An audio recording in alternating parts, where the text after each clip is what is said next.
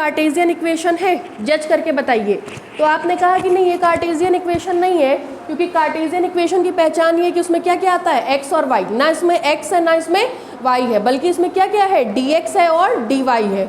इसके लिए देखिए क्या करेंगे, फिर दोनों तरफ इंटीग्रेट करेंगे।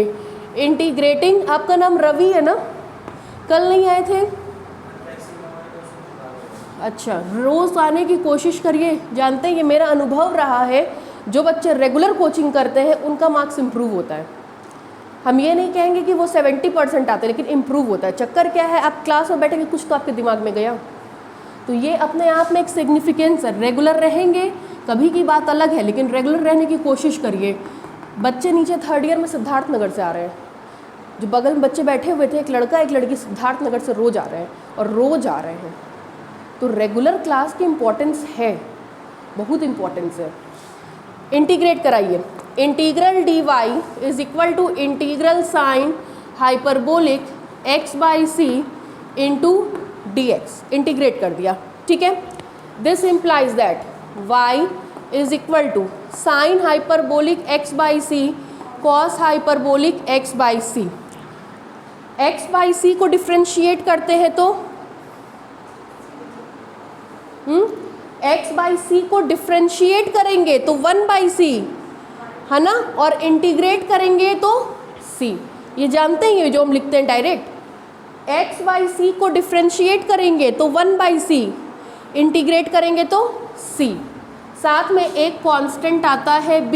इक्वेशन नंबर बोलिए नेक्स्ट, 7।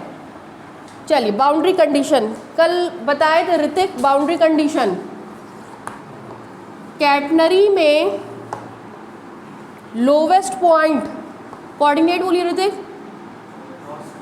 हाँ 0,c, यही लोवेस्ट पॉइंट होता है ना, निकलवाइए। At lowest point c, y की वैल्यू अगर आप वहाँ देख रहे होंगे तो लिखी है स्मॉल c, जबकि x की वैल्यू लिखी है 0।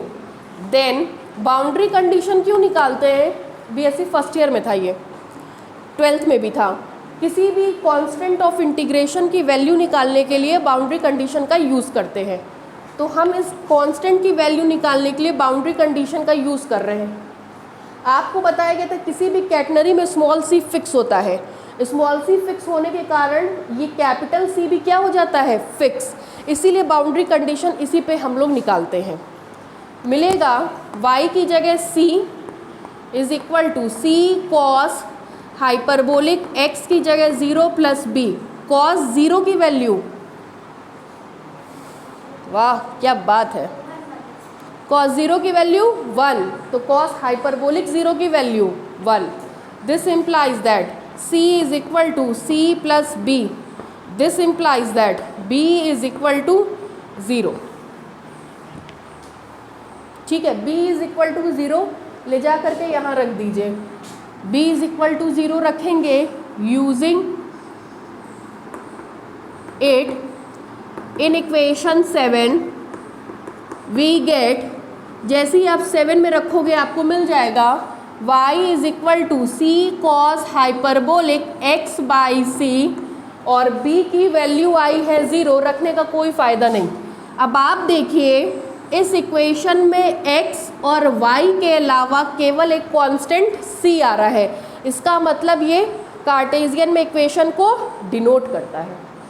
ठीक है, ये पहचान होती है कि x और y के अलावा केवल क्या दिख रहा है, कांस्टेंट। h को तो नहीं ले रहे हैं ना, ये फंक्शन है, फंक्शन को नहीं लेते हैं। x और y के अलावा केवल क्या आ रहा है, c, इसलिए ये कार्टेशियन में इक्वेशन को रिप्रेजेंट कर रहा है। कई साल आता है ये, पैरामीट्रिक, इंट्रिंसिक और कार्टेशियन, इन 3 में से 2 आपको मिलते हैं। पैरामीट्रिक बताना है, इंट्रिंसिक कल बताए थे, कार्टेशियन ये हो गया।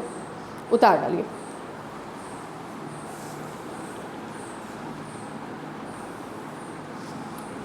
अभी नीचे आपके एक भैया मिले, 2-3 दिन से आ रहे हैं। स्टैटिस्टिक शहर में कहीं नहीं, केवल हमने शुरू कराया है अभी। ठीक है, हमारे यहाँ के बच्चों की डिमांड पे कराया है, वो भी बहुत सीनियर टीचर है, प्रिंसिपल सर है, वो पढ़ाते हैं। आप लोगों को OR पढ़ाएंगे वो, ठीक है। ट्यूसडे, वेडनेसडे, थर्सडे OR चलेगा। कह रहे मैम पहले 1-2 क्लास उनकी कर ले, तब जो है फिर फीस देंगे। हम क्या आपको पता है कि स्टैटिस्टिक्स में कैलकुलेटर यूज़ करते हैं कि नहीं? कभी पढ़ा है स्टैटिस्टिक्स? हम के जो बच्चा 2 साल में स्टैटिस्टिक्स का ABCD नहीं जानता है, वो एक प्रिंसिपल सर के लिए ये कहेगा पहले क्लास कर ले तब फीस देंगे। हम इतने सीनियर टीचर का डेमो कराते ही नहीं हैं। आप दें चाहे ना दें, हम बैठाएंगे ही नहीं क्लास में। जो कुछ जानता नहीं है वो कैसे जज कर सकता है? उसको तो ये मानना चाहिए कि सामने वाला जो पढ़ा रहा है वो सही है, जो पढ़ा रहा है वही हमको बस लेना है। जो कुछ नहीं जानता है वो कैसे जज कर लेगा? बताइए, ये हाल है इस समय। आता जाता कुछ नहीं है, हीरो बन के घूमेंगे। अब इसीलिए एग्ज़ाम कराया जाता है ताकि हर बच्चे को उसकी असलियत पता चले, कितना पानी में है ना वो समझ में आए, वरना अपनी नज़र में सब हीरो हैं, सबको लगता है हम बहुत जानते हैं।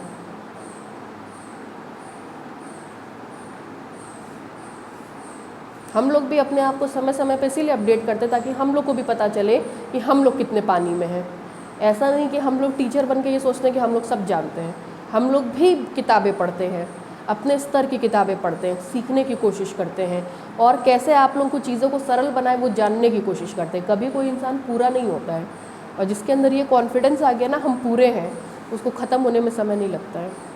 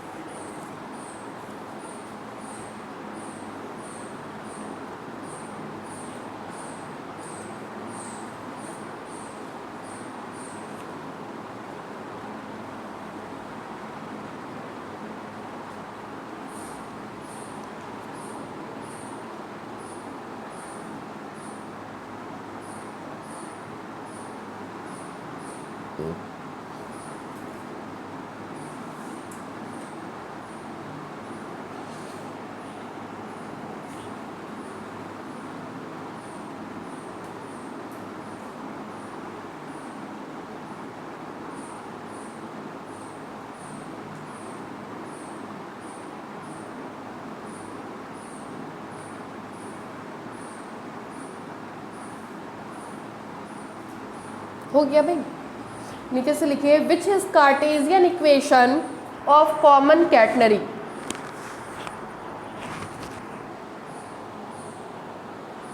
Which is Cartesian equation of common catenary.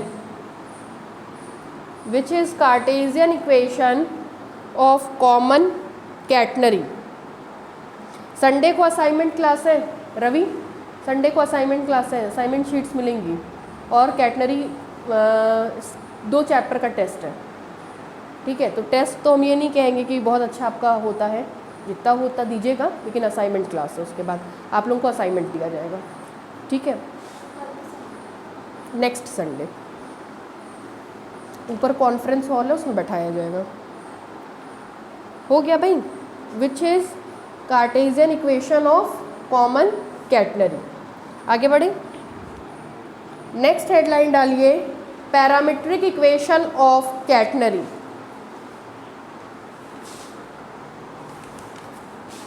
बस इन 3 में से आपको 2 मिल जाता है। मंडे को हम न्यूमेरिकल प्रॉब्लम शुरू कर देंगे इसका।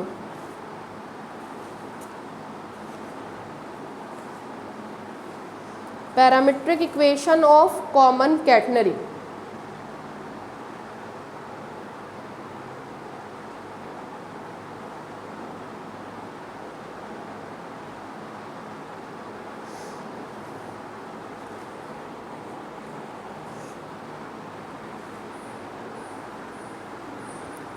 पहले तो पैरामीट्रिक इक्वेशन के बारे में थोड़ा सा समझिए कि क्या होता है।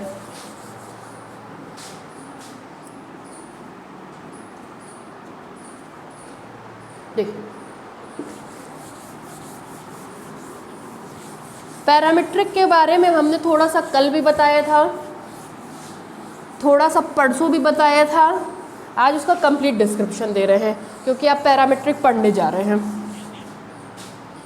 पहली बात तो कैटनरी को देखिए।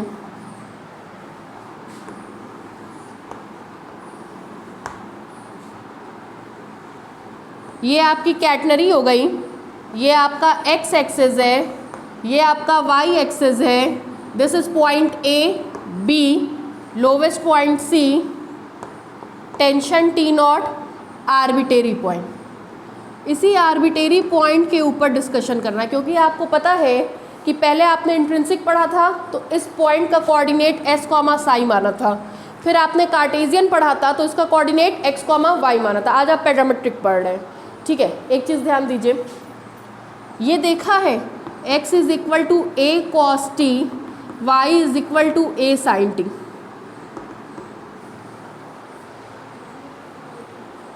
जानते हैं ये, ऋतिक देखे हैं कभी ये? किसी भी सर्किल में अगर किसी पॉइंट का कोऑर्डिनेट x कॉमा वाई हो, ये उसका सेंटर हो, ये x एक्सिस हो, ये y एक्सिस हो, अगर ये एंगल t होता है, इसकी रेडियस a होती है, तो कहते हैं कि यहाँ से यहाँ परपेंडिकुलर डालो, ये डिस्टेंस x हो गई, ये डिस्टेंस y हो गई, तब आपको मिलता है x is equal to a cos t, y is equal to a sine t. ठीक है, मोटा मोटी देखिए हम क्या समझाना चाह रहे हैं। ये सर्किल का पैरामीट्रिक इक्वेशन है, सर्किल का पैरामीट्रिक इक्वेशन है। सर्किल का क्या है? Parametric equation. इसकी खास बात देखिए, पैरामीट्रिक इक्वेशन में दो इक्वेशन आते हैं। पहला पॉइंट, जहाँ कहीं आपको दो इक्वेशन लिखा हुआ दिखे वो पैरामीट्रिक इक्वेशन है। दूसरी बात, x और y किसी नए वेरिएबल के फॉर्म में लिखे जाते हैं। सर्किल का पैरामीट्रिक इक्वेशन है तो सर्किल पे हमने वो पॉइंट x कॉमा वाई ही माना। पैरामीट्रिक इक्वेशन कैटनरी का निकलना है तो कैटनरी पे भी हम वो पॉइंट x और y ही मानेंगे। पहली बात, सर्किल का पैरामीट्रिक इक्वेशन है तो सर्किल पे पॉइंट x कॉमा वाई माना। कैटनरी का पैरामीट्रिक इक्वेशन है तो कैटनरी पे भी पॉइंट क्या मानेंगे? x comma y. पहली बात। दूसरी चीज़, x कॉमा वाई को किसी एक नए वेरिएबल के रूप में लिखा गया। यहाँ पे भी हम x कॉमा वाई को एक नए वेरिएबल साई के रूप में लिखते हैं। यहाँ t एंगल था, यहाँ साई एंगल है। कोई आपसे पूछे पैरामीट्रिक इक्वेशन, साधारण शब्दों में कहिए पैरामीट्रिक इक्वेशन में दो इक्वेशन आते हैं, पहली पहचान उसकी ये है। और किसी कोऑर्डिनेट सिस्टम में दो इक्वेशन नहीं आते हैं। पैरामीट्रिक में कितने इक्वेशन आते हैं? दो, दोनों को कॉमा करके लिखते हैं। x भी फंक्शन ऑफ t होता है, y भी फंक्शन ऑफ t होता है, इसको बोलते हैं पैरामीट्रिक इक्वेशन। जैसे कार्टेशियन के लिए पढ़ा था y is equal to f x, polar के लिए पढ़ा होगा r is equal to f theta, cartesian के लिए कहते हैं x is equal to f t, y is equal to f t. ये पहचान है, वाइवा में पूछा जाएगा आपसे। ठीक है, पैरामीट्रिक क्या होता है कहिएगा? पैरामीट्रिक में दो इक्वेशन आते हैं, बीच में कॉमा दे करके लिखते हैं। x भी फंक्शन ऑफ t होता है और y भी फंक्शन ऑफ t होता है, जहाँ t कोई नया पैरामीटर है। बस इतनी सी बात। पैरामीट्रिक में कितने इक्वेशन आते हैं? दो। x is equal to function of t, y is equal to function of t, जहाँ t क्या है? पैरामीटर है। पैरामीटर मतलब नापने का तरीका। यहाँ पे भी x और y को किसके टर्म्स में लाना है? साई।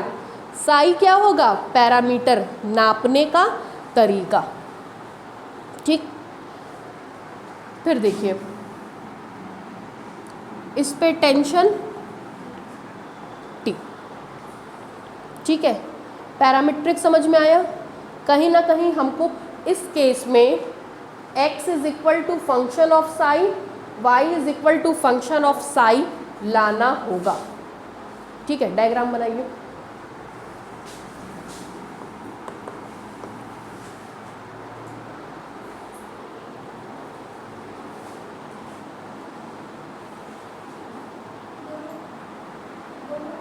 नहीं, बस वो बनेगा, कैटनरी बनेगा। ये तो समझाने के लिए था पैरामीट्रिक।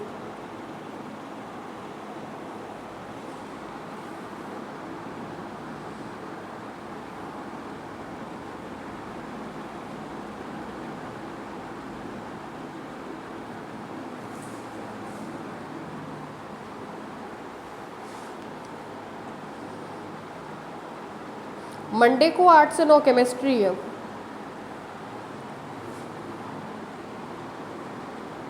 टाइम टेबल चेंज हुआ है पूरा का पूरा, क्लास से निकल के नोट करिएगा।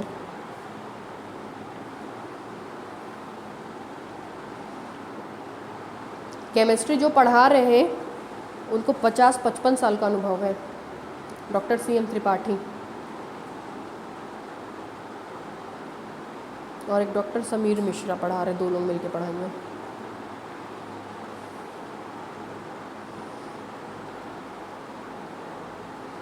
फिजिक्स में एक पेपर अभी नहीं शुरू हुआ है ना, एक और सर आएंगे वो पढ़ाएंगे।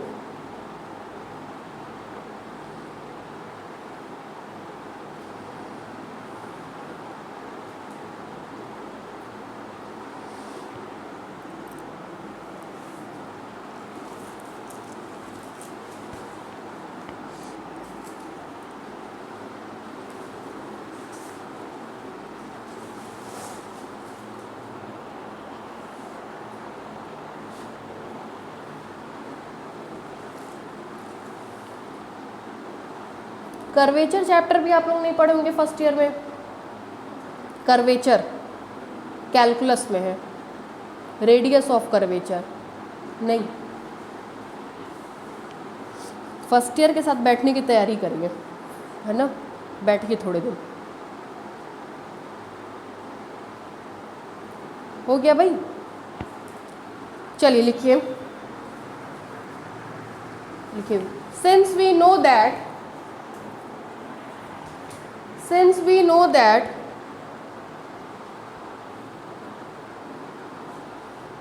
the intrinsic equation of catenary is, since we know that the intrinsic equation of catenary is, क्या होता है इंट्रिंसिक इक्वेशन? इंट्रिंसिक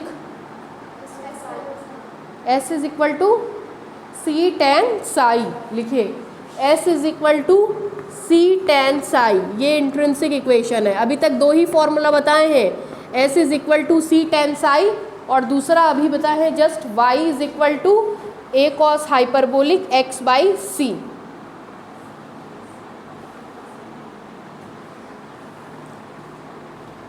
हो गया भाई? देखिए यहाँ देखिए, ये आपने लिख दिया, लेकिन हमको ना S की ज़रूरत नहीं है, हमको तो X को किसके टर्म में लाना है? साई के। Y को किसके टर्म में लाना है? साई के। तो ज़रूरत किसकी किसकी है? X की, Y की और साई की। X की, Y की और साई की। साई तो है, S नहीं चाहिए, तो S को हटाना पड़ेगा। हटाने चल रहे हैं। हटाने के लिए आपको बताए थे क्या करते हैं? डिफ्रेंशिएट करते हैं। लिखिए differentiating equation 1 with respect to X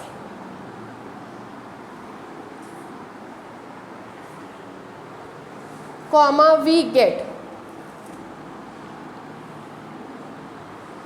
differentiating equation 1 with respect to X comma we get. अब ब्लैक बोर्ड पे देखिए, बाद में करिएगा। देखिए ds बाई dx x के रिस्पेक्ट में is equal to C constant tan psi का sec square psi into D psi by dx। ठीक है, आगे देखिए। कल आपको हम ये बताए थे, कहे थे ये क्या होता है? ds, ये क्या होता है? dx, और ये क्या होता है? dy। ठीक, जब ये बहुत छोटा होता है तो ये क्या दिखने लगता है? Straight line. स्ट्रेट लाइन के केस में ये एंगल हम मानते हैं साई। स्ट्रेट लाइन के केस में हम ये एंगल मानते हैं साई। ठीक, अब अगर आप इससे साइन साई की वैल्यू निकलवाएं तो sine psi is equal to लंब बटा कण D Y by D S, और cos psi is equal to आधार बटा कण dx बाई ds। ये भी आपका कर्वेचर में था, तभी हमने पूछा कि जानते हैं कि नहीं। जानते हो तो डायरेक्ट लिख देते। ds by dx 1 upon cos psi which is equal to sec psi, ठीक है, is equal to C sec square psi D psi by D X. This implies, ये एक इससे कट जाएगा, इसको इधर भेजिए तो D X by D psi ये इधर आ गया है, is equal to C sec psi. This implies that variable separable D X is equal to C sec psi D psi. X और साई दिख रहा होगा। अब इसको क्या करेंगे, integrate. Very good, integrating both sides comma we get. चलिए integrate कराइए। Integral dx is equal to c constant integral sec psi D psi. This implies that x is equal to c, sure है,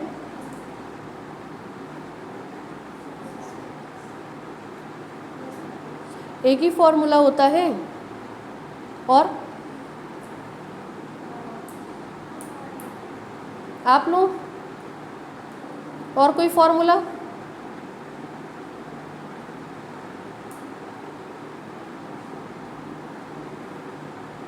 जो आप लोग बता रहे हैं सेक Sai ten Sai, वो इंटीग्रेशन होता है। सेक एक्स का integration sec x into tan X, cosec x का integration minus cosec X into cos X. तब अब क्या करें,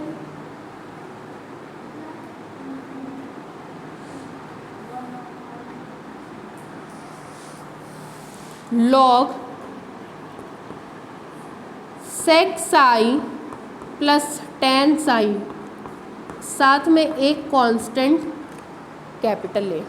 ये सेक साई का इंटीग्रेशन है, सेक साई का इंटीग्रेशन है।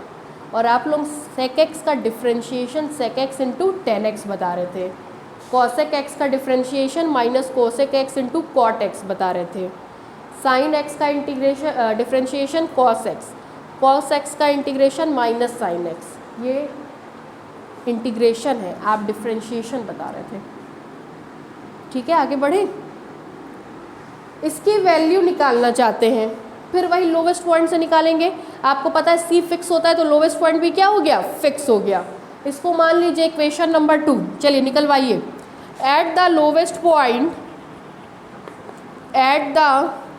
लोवेस्ट पॉइंट सी, बताइए x का मान कितना है, 0, साई का मान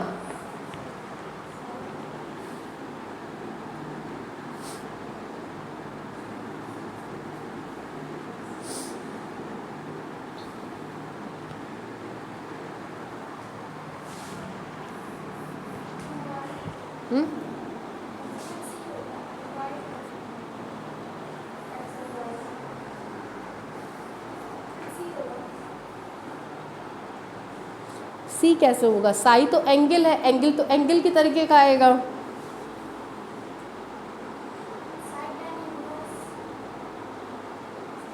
चलिए, कल कराए थे आज फिर करा दे रहे हैं। कल भी इसीलिए प्रूफ कराए थे क्योंकि हमको उम्मीद थी कि वो मोटी बात आपके समझ में नहीं आएगी। y का मान बोलिए ज़रा, x का मान 0, y का मान ऋतिक, y का मान c, y is equal to c, ठीक है। देखिए अभी यहाँ करा रहे, तब कल याद आएगा कराए थे कि नहीं कराए थे। इसीलिए केवल कराए थे क्योंकि हम समझ रहे थे कि वो चीज़ अभी हमको मिलेगी नहीं आप लोगों में। चलिए देखिए, दिस इम्प्लाइज दैट, इसको डिफ्रेंशिएट करिए, y is equal to C को करेंगे तो मिलेगा D Y by D X, C का डेरिवेटिव 0। आपको पता है tan psi is equal to D Y by D X, और D Y by D X की value 0। This implies that tan psi is equal to 0। Tan 0 degree की value 0, psi is equal to 0। ठीक है, यहाँ तक कराया था हमने, छोड़ दीजिए। अब यहाँ देखिए क्या चीज़ हम आप लोगों से डायरेक्ट जा रहे थे। साई क्या होता है? एक्स एक्सिस से बनने वाला एंगल। किसका एंगल? टेंजेंट का एंगल। सी पॉइंट पे बनने वाला टेंजेंट एक्स एक्सिस से कोई एंगल नहीं बना रहा है, अर्थात 0 एंगल बना रहा है। 0 एंगल बना रहा है मतलब साई इज इक्वल टू 0। किसी भी पॉइंट पे खींचा गया टेंजेंट एक्स एक्सिस से जो एंगल बनाता है वो है साई। सी पॉइंट पे खींचा गया टेंजेंट एक्स एक्सिस के पैरेलल है, अर्थात ये इससे कोई एंगल नहीं बना रहा है। ये इससे कोई एंगल नहीं बना रहा है मतलब इसका इससे बनने वाला एंगल 0। ठीक है, दो पैरेलल लाइन के बीच का एंगल 0, दो पैरेलल लाइन के बीच का एंगल 0, तो वो डायरेक्ट 0 आप वहीं से लिख देते हैं। फिलहाल नहीं आप जानते हैं तो अब जान लीजिए। चलिए इन सब का मान पुट कराइए 2 में, using it in equation 2, using it in equation 2 comma we get, equation 2 में पुट करेंगे, मिलेगा x की वैल्यू 0, x की value 0, c log sec 0 plus tan 0 plus a। चलिए बताना शुरू करिए भाई, हम तो नहीं जानते हैं। c log sec 0 की वैल्यू, sec 0 की वैल्यू 1, tan 0 की value plus a। This implies 0 is equal to c log 1 की वैल्यू, log 1 की value 0 plus a। This implies a is equal to 0। ले जाके यहाँ पे रख दीजिए a is equal to 0। From equation 2 we have, from equation 2 we have, जैसे ही आप रखोगे आपको आपका रिजल्ट मिल जाएगा। ठीक है, उतार डालिए। From equation 2 we have, value रख रहे हैं x is equal to c log sec psi plus tan psi. x और साई के अलावा कोई और है इसमें? केवल और केवल कांस्टेंट c है, इसलिए x is equal to function of psi. ठीक है, पहला मिलाइए कभी, अभी निकालना है y is equal to function of psi. उतारिए।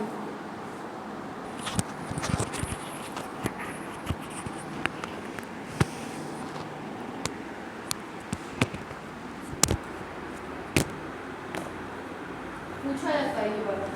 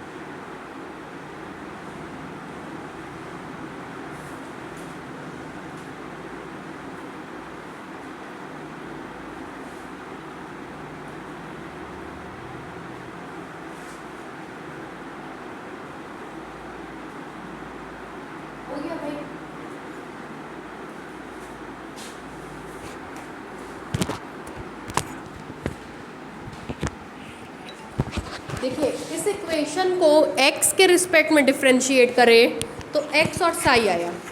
इस इक्वेशन को y के रिस्पेक्ट में डिफ्रेंशिएट करेंगे तो क्या आएगा, y और साई में रिलेशन आते ही वो आपका पूरा कंप्लीट पैरामीट्रिक इक्वेशन कहलाएगा। ठीक है, फिर लिखिए इसको एक इक्वेशन नंबर डाल दीजिए 2 के बाद मेरे ख्याल से 3। चलिए लिखिए again from equation 1 comma we have again from equation 1 comma we have, equation 1 फिर से लिखिए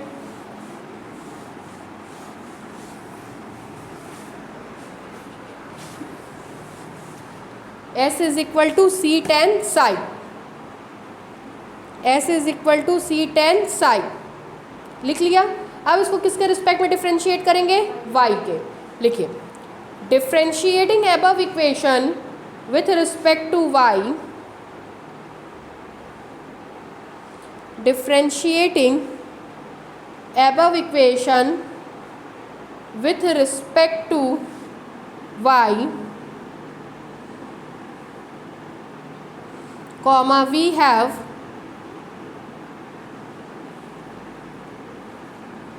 चलिए देखिए y के रिस्पेक्ट में कर रहे हैं, कराइए यहाँ ds by D Y C tan psi का सेक स्क्वायर साई, साथ में कितना आएगा D psi by D Y. This implies, मिटाई नहीं है उसको भी, इसलिए हम D S by D Y की वैल्यू आएगी 1 upon sine psi is equal to C, इसको लिख सकते हैं 1 upon cos psi into sec psi D psi by D Y. Ravi Prajapati देखिए, ठीक है 2 सेक था, एक सेक रोक लिए, एक सेक को नीचे भेज दिए, तो एक सेक को नीचे भेजेंगे तो 1 upon cos psi is equal to sec psi. ठीक है, आ रहा है ना, आगे बढ़े। This implies that 1 is equal to C sine psi upon cos psi, इसको यहाँ भेज दिए, sec psi into D psi by D Y. ठीक, वेरिएबल सेपरेबल, डी वाई उठ के इधर आएगा, D Y into 1 is equal to D Y C tan psi sec psi D Sai. ठीक, अब इंटीग्रेट करिए, इंटीग्रेटिंग both sides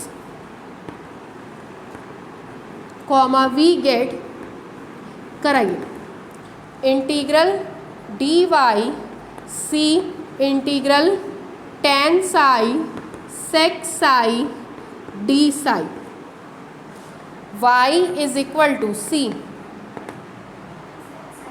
सेक साई प्लस बी। ठीक है, at lowest point c, x की एक्स की वैल्यू नहीं पता हमको, वाई की वैल्यू है सी और साई की वैल्यू लिख दें हम direct. Then equation 4 becomes, then equation 4 becomes, कराइए भाई, y की जगह c is equal to C sec psi की जगह 0, साथ में एक constant b। This implies c is equal to C sec 0 की value 1 plus b। This implies c से c कट जाएगा, b is equal to 0। Thus equation 4 becomes, equation 4 takes the form b की जगह आप 0 पुट कर देंगे तो आपको मिलेगा y is equal to C sec Sai. आप देख सकते हैं इसमें y और साई के अलावा कोई और टर्म आया हुआ नहीं है। इसका मतलब y is equal to function of psi, x is equal to function of psi. दोनों को कंबाइंड करते ही आपको पता है कॉमा दे करके लिखते हैं, दोनों को कंबाइंड करते ही आपको क्या मिल जाएगा, parametric equation. Hence the parametric equation, hence the parametric equation of catenary is, comma दे करके दोनों को लिख लीजिएगा, ठीक है। उतार डालिए यहाँ से।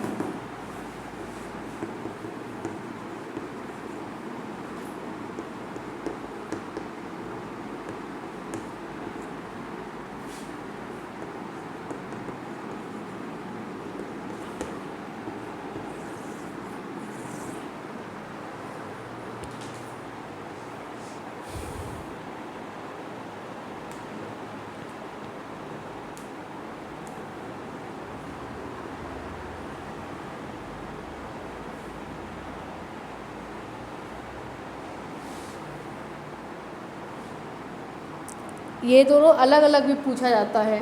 ये वाला रिलेशन आपका कई साल केवल आया है, ये वाला रिलेशन कई साल आया है, तो वो आपको याद रखना पड़ेगा। x is equal to function of psi, that is parametric equation का first part, y is equal to function of psi, that is parametric वाले का सेकंड पार्ट। ये आपको याद करके चलना पड़ेगा।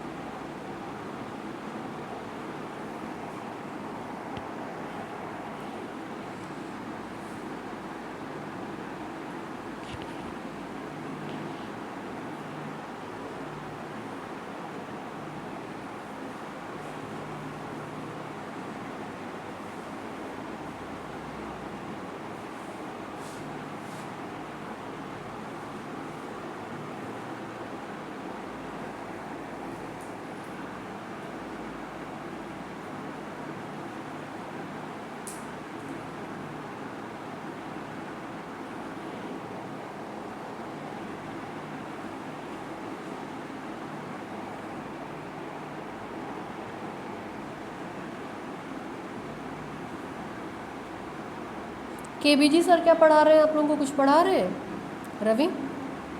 केबीजी सर सेंट एंड्रयूज में है ना? केबीजी सर क्या पढ़ाते हैं? कैलकुलस पढ़ाते हैं। वो तो अलजेब्रा की टीचर है।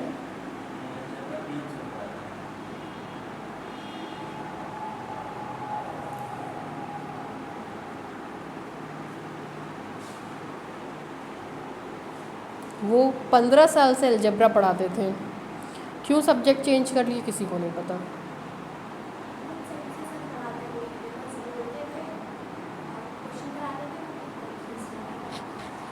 जबकि जानते हैं वो बहुत अच्छे टीचर हुआ करते थे, बहुत अच्छे। जब इंसान अपग्रेड नहीं करता अपने आप को, यही गिरता है। एक मेरे सर हुआ करते थे, DKD सर, बहुत पुराने,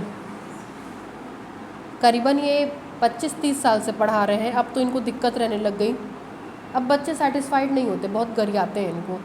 रीज़न क्या है, इतना ज़्यादा इंसान को अकड़ नहीं लानी चाहिए कि सामने वाला क्वेश्चन ही ना पूछ पाए, समय ही नहीं देते पूछने का, पढ़ाएंगे निकल जाएंगे। तो बच्चे अब जो है बहुत कंप्लेन करने लग गए, जबकि वो भी टीचर बहुत अच्छे थे, अपग्रेड नहीं किए, बहुत ज़्यादा डांटते हैं। मतलब कोई क्वेश्चन पूछेगा तो बहुत डांटेंगे। अब भाई बच्चा है तो पूछेगा ही, उसमें क्या है।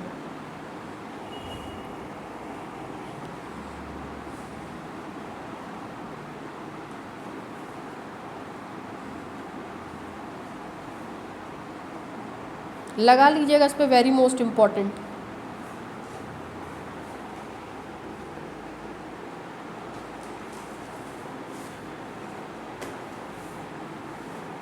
हो गया भाई। अब 4-5 छोटे छोटे रिलेशन हैं। कैसे छोटे छोटे रिलेशन, जैसे अभी आप लोगों ने इसमें क्या क्या पढ़ लिया, एक्स वाई पढ़ लिया, एस साई पढ़ लिया, है ना, X Y S psi small C पढ़ लिया। ठीक, इन सब के बीच में रिलेशन बनाना है। कभी एस का एक्स से, कभी एस का वाई से, कभी एस का साई से रिलेशन आपको पता ही है, S is equal to C tan psi. कभी एस का सी से, कभी टी का टी नॉट से, कभी टी का एस से, ये रिलेशन बनाना है। इसके 4-5 लाइन के प्रूफ्स हैं, उसके बाद न्यूमेरिकल प्रॉब्लम शुरू हो जाएगा। ठीक है, लिखिए some relations between given terms.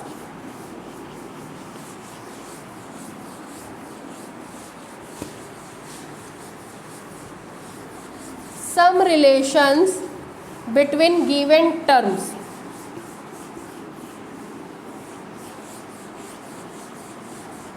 पहली हेडलाइन इसमें डालिए, 6 हेडलाइन है। पहली हेडलाइन डालिए रिलेशन बिटवीन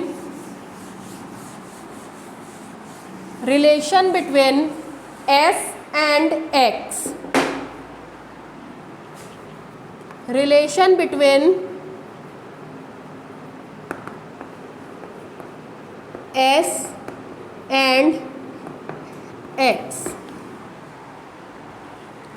S क्या होता है, आर्कियल डिस्टेंस, है ना। X क्या होता है, X कोऑर्डिनेट। S और X के बीच में रिलेशन बनाना है। ठीक है, ब्लैक बोर्ड पे देखिए, बाद में करिएगा। आपने पढ़ा है S is equal to C tan psi, क्या होता है ये Aanchal, very good, intrinsic equation. फिर देखिए this implies that S is equal to C, अभी जस्ट पीछे बताए थे, tan psi is equal to dy by dx, है ना। Since tan psi is equal to dy by dx।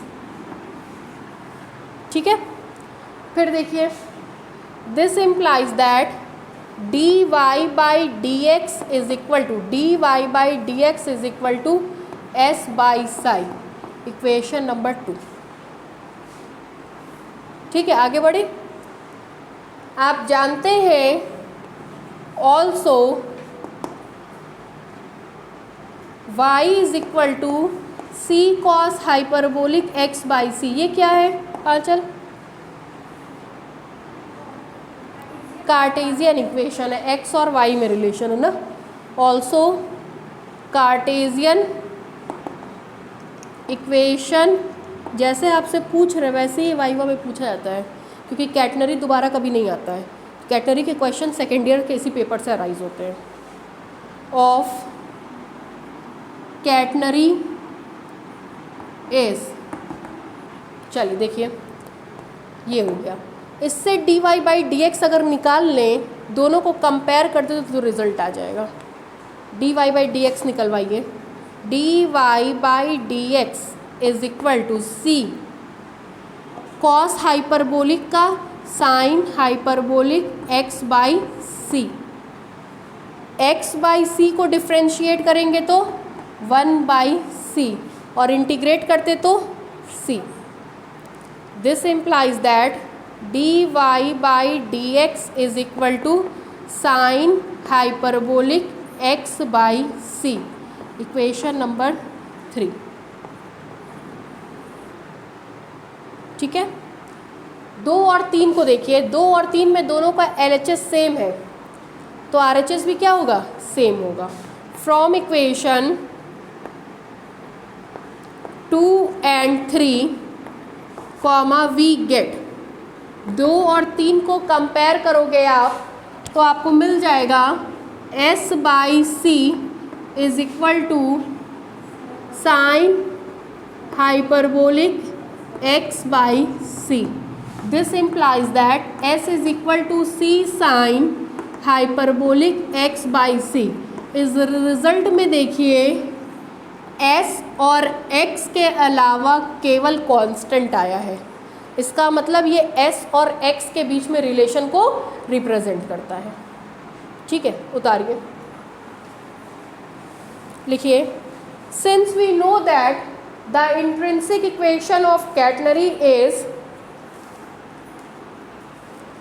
since we know that the intrinsic equation of catenary is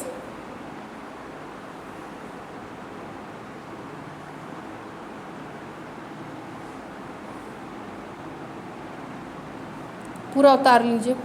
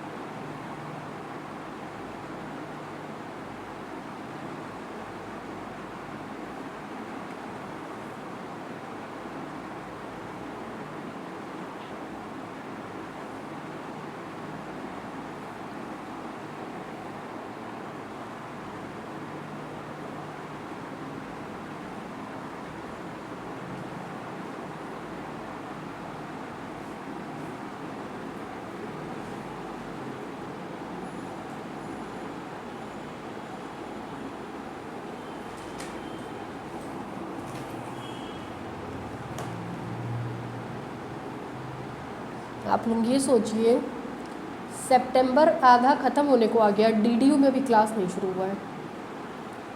कहीं मत जाइए, हम तो कह रहे कॉलेज की बात ही मत करें। जब यूनिवर्सिटी का ही ढर्रा ख़राब है तो कोई कॉलेज पे क्या जाएगा। DDU में भी क्लास नहीं शुरू हुआ है, अक्टूबर के पहले शुरू नहीं करेंगे, उसके बाद गारंटीड कोर्स नहीं कंप्लीट होगा। कोर्स इतना ज़्यादा है कि अगर समय से नहीं शुरू हुआ तो ख़त्म नहीं होगा। और खैर DDU वगैरह कोर्स ख़त्म होने की जिम्मेदारी लेती भी नहीं है, उनको कोई मतलब नहीं है उस चीज़ से। तो बात ये कि बच्चा पढ़े तो पढ़े कैसे। हम लोग कहते थे सीनियर क्लास में कोचिंग नहीं करना चाहिए, वाकई में नहीं करना चाहिए, लेकिन आप पढ़ाइए तो कम से कम।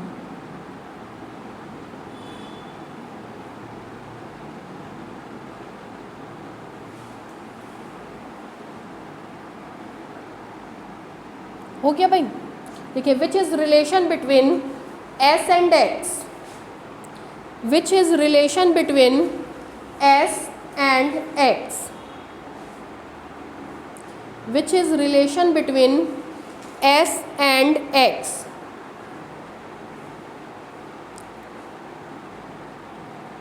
देखिए, S का X से रिलेशन बता दिए, अब S का किससे रिलेशन बताएंगे, Y से। ठीक है, दूसरी headline, relation between S and Y, relation between S and Y।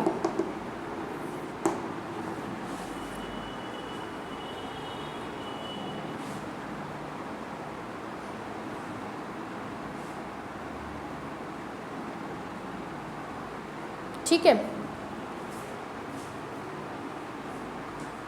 देखिए यहाँ पे y चाहिए और s चाहिए, s एंड y, है ना। इन्हीं दोनों का सहारा लेंगे कि जितने भी रिलेशन करा रहे हैं इसको रट्टा मार लीजिएगा कॉपी पे लिख के। कार्टेशियन, पैरामीट्रिक, इंट्रिंसिक, 3 6, ये 6 3 9, 9 फॉर्मूले एकदम रट लीजिएगा, ठीक है। लिखिए,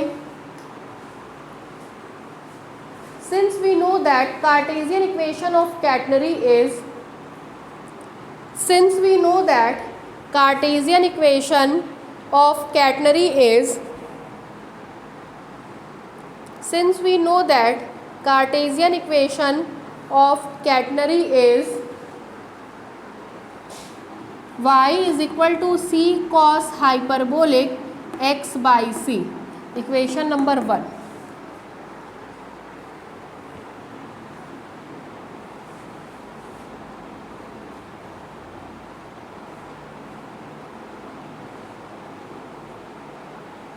हो गया। फिर लिखिए, again since we know that, again since we know that, नीचे से लिखिए s is equal to c sine hyperbolic x by c, equation number 2।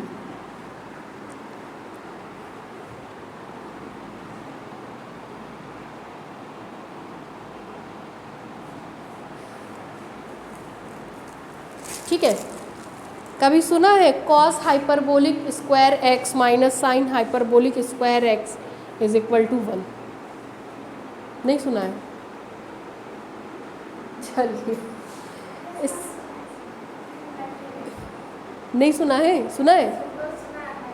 अच्छा, फर्स्ट ईयर के बच्चों से पूछवाएंगे, ठीक है। अभी कॉन्फ्रेंस चलेगा ना, अगली बार से फर्स्ट ईयर के बच्चे आएंगे तब पूछवाएंगे आप लोगों को, उनसे आप कुछ सीखिए। लिखिए, squaring and then subtracting equation 1 and 2,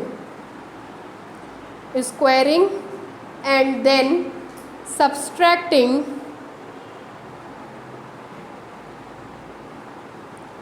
equation 1 and 2, squaring and then subtracting equation 1 and 2, comma we get, देखिए इसका स्क्वायर करेंगे तो y स्क्वायर, इसका स्क्वायर करेंगे तो s स्क्वायर, घटा दीजिए।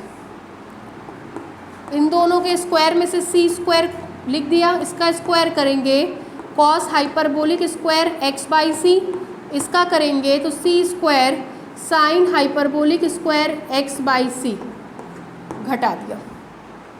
स्क्वायरिंग एंड देन सब्सट्रैक्टिंग, पहले वर्ग करिए उसके बाद घटा दीजिए। This implies y square minus S square, C square common आएगा, cos hyperbolic square x by C minus sine hyperbolic square x by C, इसकी वैल्यू 1 होती है, ठीक है। y square minus S square is equal to C square into 1। This implies y square is equal to S square plus C square. इसमें आप देख सकते हैं s और y के अलावा केवल कांस्टेंट आया है, इसका मतलब ये s और y के बीच में रिलेशन को रिप्रेजेंट करता है, ठीक है, विच represents the relation between s and y। उतार लीजिए, बाकी मंडे के बाद ट्यूसडे को OR रहेगा, ठीक।